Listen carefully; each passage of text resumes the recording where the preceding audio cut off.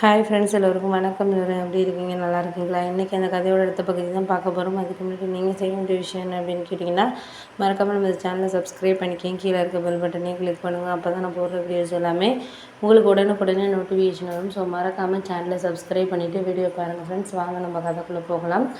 நான் மறுநாளே அம்மா ஊருக்காக நான் கிளம்பிட்டேன். ஏன் அப்படின்னா, என் ஹஸ்பண்டுக்கும் எனக்கும் ஒரு சாதாரண ஒரு விஷயத்தில் ஆரம்பித்த விஷயந்தான். அது ஒரு வாக்குவாதம் வரைக்கும் போயிடுச்சு. அதனால ஒரு வாரமாகவே நானும் அவருமே பேசிக்கிறது இல்லை.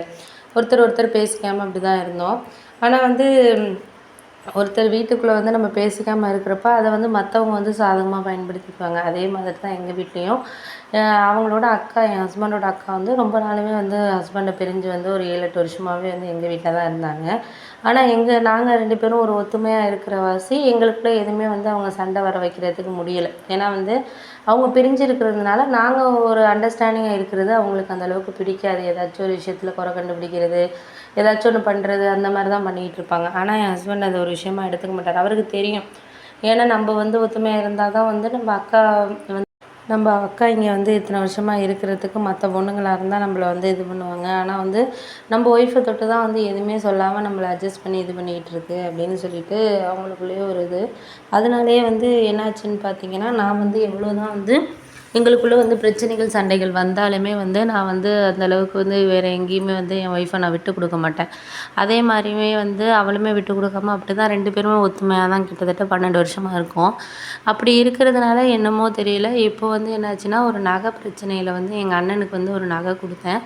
அந்த நகை அவர் வட்டி மட்டும் கட்டியிருந்தார். அதை அந்த அளவுக்கு திருப்பணுங்கிறதுல இல்லை. கிட்டத்தட்ட ஒரு 3-4 வருஷமாகவே வட்டி மட்டுக்கு கட்டி போட்டுகிட்டே இருந்தார். இவரும் ஒன்றுமே கேட்காம இருந்தார். அப்போ இது மாதிரி கேட்டப்போ நானும் சொன்னேன், உங்கள் அக்கா இத்தனை நாளாக இங்கே வந்திருக்காங்களே, நான் அதாச்சும் கேட்குறேன்னா, ஒரு நகை விஷயம் தானே, அவர்கிட்ட பணம் இருந்துச்சுன்னா கண்டிப்பாக திருப்பாமல் இருக்க மாட்டார். அதுக்கு அவர் சொன்னார், உங்கள் அண்ணன் 2 ஃப்ளாட்லாம் வாங்கி போட்டிருக்காரு, அதெல்லாம் உனக்கு தெரியுமா தெரியாதா அப்படின்னு சொல்லிட்டு அப்புறம் அதெல்லாம் விஷயத்தையெல்லாம் அவர் இது பண்ணார். அதை நீங்கள் போய் பார்த்தீங்களா, மற்றவங்க சொல்கிறத கேட்டுட்டு எதுக்கு நீங்கள் பேசுகிறீங்க அப்படின்னு சொல்லிட்டு நான் கேட்டுட்டேன். இதனால 2 பேருக்கும் ஒருத்தருக்கும் சும்மா நார்மலாக பேச ஆரம்பிச்சு அது ஒரு சண்டை மாதிரி வந்துடுச்சு அப்படின்னு சொல்லலாம். அதுக்கப்புறம் ஒரு வாரமாக அவரும் என்கிட்ட பேசுகிறதில்ல, நானும் அவர்கிட்ட பேசல, இப்படியே இருந்துகிட்டு இருந்துச்சு. இதை உங்கள் அக்கா சாதகமாக பயன்படுத்திக்கிட்டு ஏதாச்சும் ஒரு இடையில சொல்கிறது பண்ணுறது, அதில் இன்னும் அவர் கோவமாகிறது, அந்த பழைய விஷயத்தையே ஞாபகப்படுத்துறதுனால அவர் கோவமாகிறது, இந்த மாதிரி தான் இருந்துகிட்டு இருந்துச்சு.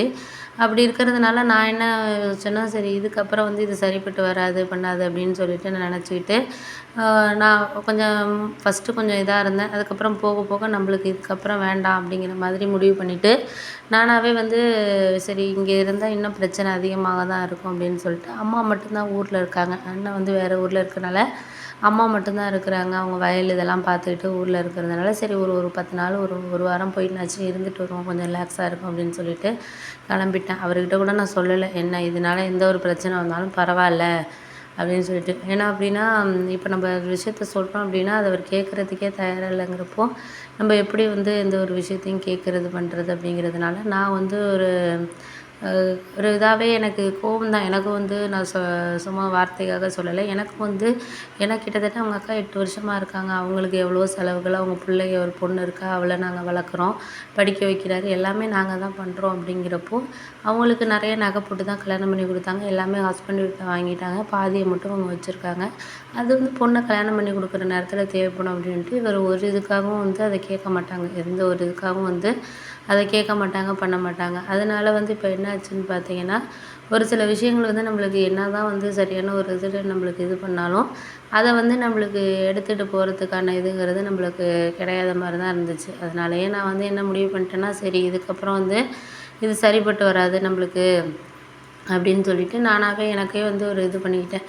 அப்போ தான் எனக்கு தோணுச்சு, இது மாதிரி எந்த ஒரு விஷயமும் நம்ம சரியான ஒரு இதில் கொண்டு போகிறதுக்கு, பண்ணுறதுக்கு, செய்கிறதுக்கு கரெக்டான வேலை நம்மளுக்கு இது பண்ணணும் அப்படின்ட்டு. அதுக்கப்புறம் தான் எனக்கு புரிய ஆரம்பிச்சு, நம்ம ஒர்க்கை விட்டுட்டு இத்தனை வருஷமாக ஃபேமிலி அப்படின்னு சொல்லிட்டு இருந்துட்டோம் போல இருக்குது, அதனால தான் அவருக்கு நம்ம மேலே ரொம்ப அலட்சியம் ஆகிட்டு அப்படின்னு சொல்லிட்டு எனக்குள்ளேயே நிறைய ஒரு கேள்விகள் எழ ஆரம்பிச்சிட்டு, அதை யாருக்கிட்ட எப்படி நான் எக்ஸ்ப்ளோர் பண்ணுறது என்னன்னே தெரியல. அதனாலேயே நான் என்ன பண்ணிட்டேன், சரி ஊருக்கு கிளம்பி போவோம் நம்ம அப்படின்னு சொல்லிட்டு எதையுமே நான் இது பண்ணிக்காமல் ஊருக்கு கிளம்பிட்டேன்.